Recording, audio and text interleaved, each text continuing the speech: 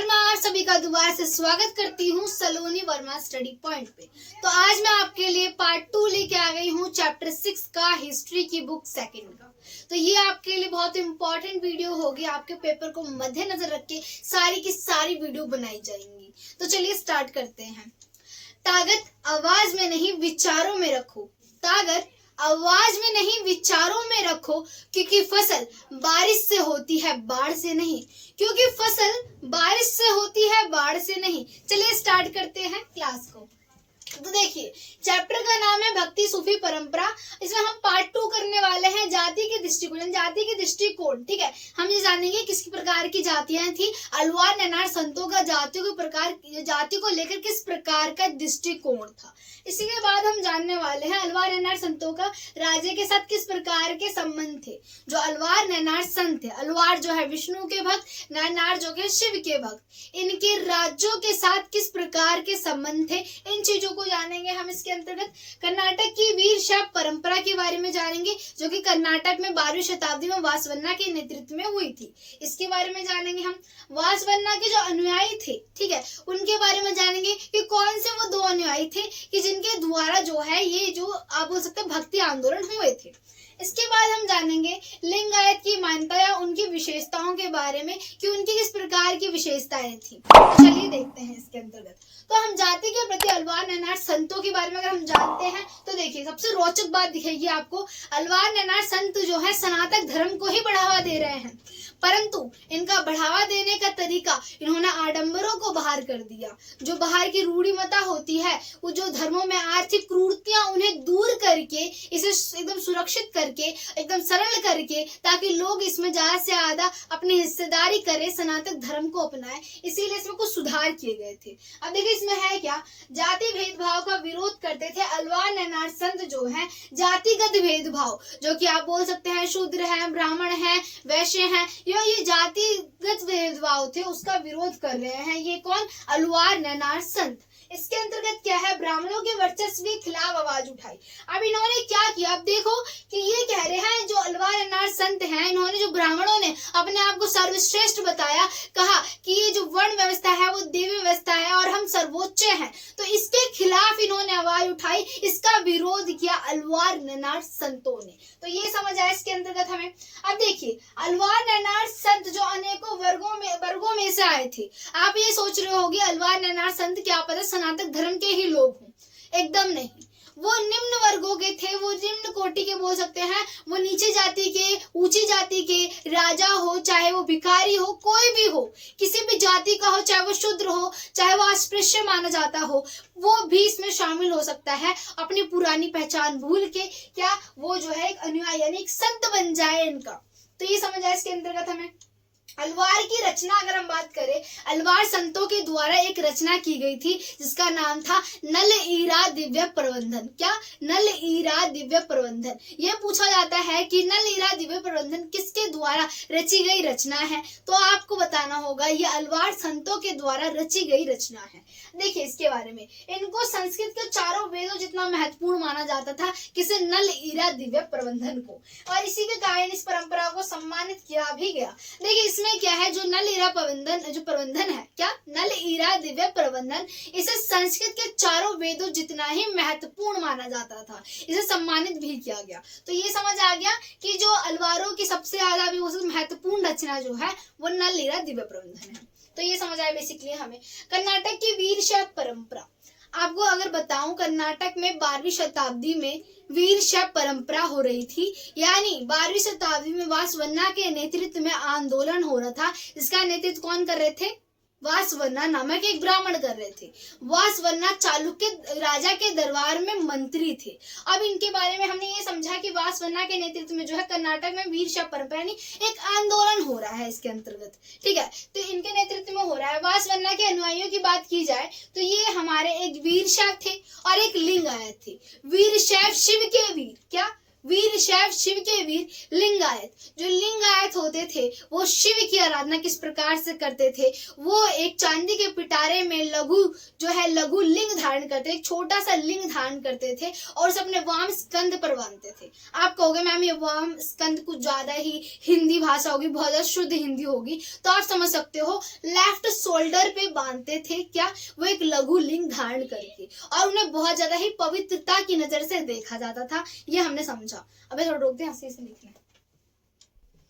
तो बेसिकली हम जानने के वाले लिंगायत की विशेषता।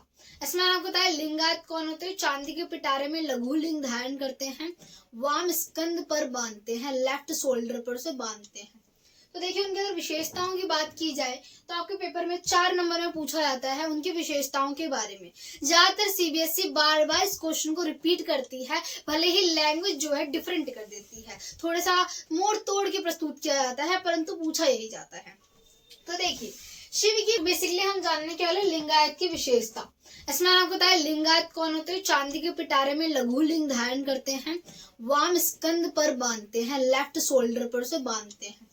तो देखिए उनकी अगर विशेषताओं की बात की जाए तो आपके पेपर में 4 नंबर में पूछा जाता है उनकी विशेषताओं के बारे में।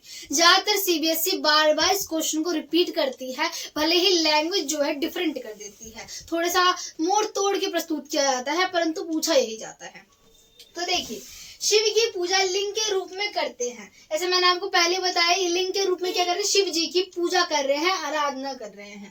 और जो पुरुष वाम स्कंद पर चांदी के छोटे पिटारे में जो है लघु लिंग धारण करते हैं, यानी छोटा सा लिंग धारण करते हैं, शिव जी का शिवलिंग छोटा सा, ठीक है। इसी प्रकार से धर्मशास्त्र में बताया गया जो श्रद्धा संस्कार को नियमों का पालन नहीं करते हैं। श्रद्धा संस्कार का मतलब अंतिम संस्कार का जो नियम होते हैं, यानी अंतिम संस्कार के जो नियम होते हैं, लाश को जलाया जाता है यानी शव को जलाया जाता है, इसका पालन नहीं करते हैं। ये शवों को क्या करते हैं, उन्हें दफनाने में विश्वास करते हैं।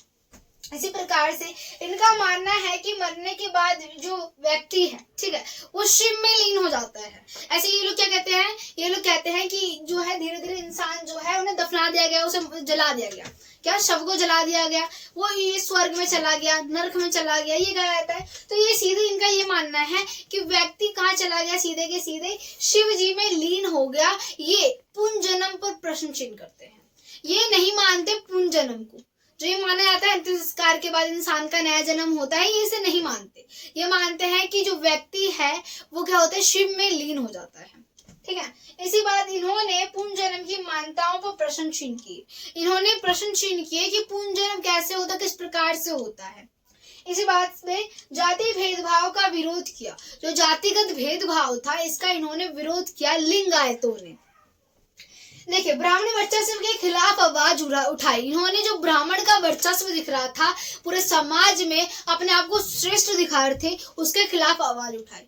इन्होंने वयस्क विवाह, यानी कि जब लड़की वयस्क हो जाए, कोई वयस्क हो जाए तभी उसका विवाह किया जाए, उसके लिए इन्होंने बोला, इस धारणा को इन्होंने अपनाया। इन्होंने ये बोला कि विधवा पूर्ण विवाह, यानी किसी स्त्री के पति के मरने के बाद भी उसका जीवन समाप्त नहीं होता है, उसका पुनः विवाह कर दिया जाए। तो उन्होंने ये जो है विधवा पूर्ण विवाह को भी बढ़ावा दिया। इसमें मैंने एक और टॉपिक ऐड किया है, वो जान लीजिए।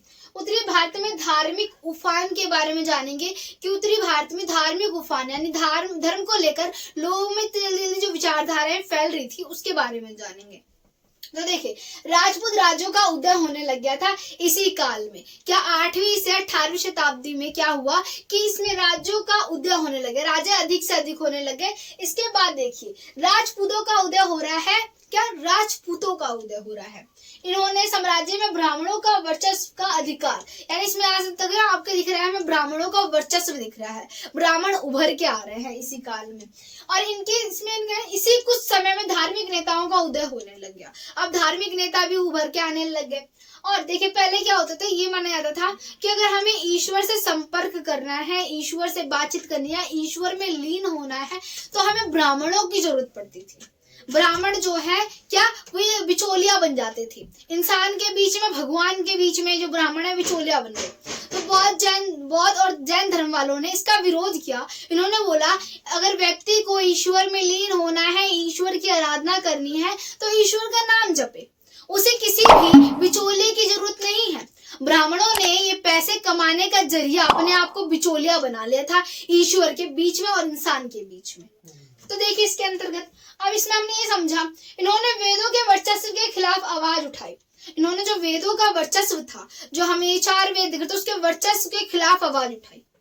ये समझिए इसके अंतर्गत। इसमें क्या है, अपने विचारों को आम भाषा में लोगों के सामने रखा। इसमें क्या है कि आप जानते हो कि लोग उस टाइम इतने शिक्षित नहीं थे।